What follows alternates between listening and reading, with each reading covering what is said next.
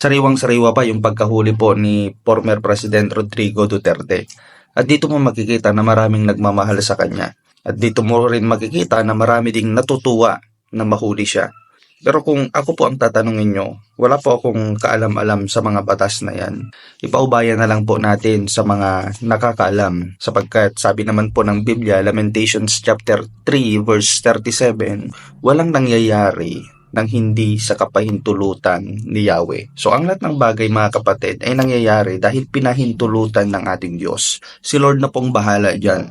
Ang gagawin lang po natin, mag-submit po tayo sa mga authority sapagkat sabi din ng Book of Romans, kailangan po natin mag-submit po mga kapatid sa pamahalaan. Sapagkat yung mga naunang Kristiyano, nag-submit din po mga kapatid sa pamahalaan. Pero meron lang po akong mga natutunan sa nangyaring ito. Una po, kahit na ikaw po pala ay presidente, po pwede ka nilang ipakulong kasi meron pang mas mataas sa'yo. Hindi ikaw yung final authority.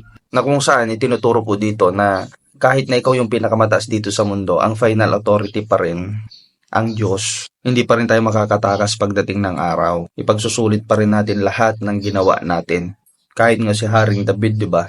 Hari siya noon, pero lumuhod siya sa harapan ng Panginoon dahil alam niya na useless siya.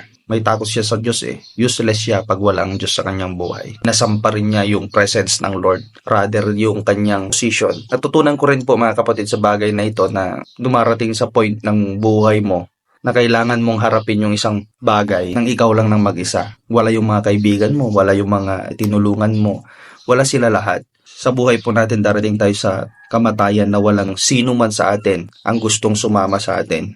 Tayo lang mag-isa. Tayo lang ang haharap sa hukuman ng Diyos. Kaya mainam mga kapatid na tayo po, ayusin po natin ating buhay bago po tayo humarap sa Panginoon. Ikaw kapatid, anong natutunan mo sa bagay na ito? Na po, itigil na po natin ang ating mga negative comments na hindi naman nakakatulong para ma-resolve ang issue na ito. Paubayan na po natin sa Diyos. Let's just pray for our country. God bless you. Purihin po ang Diyos ng buhay.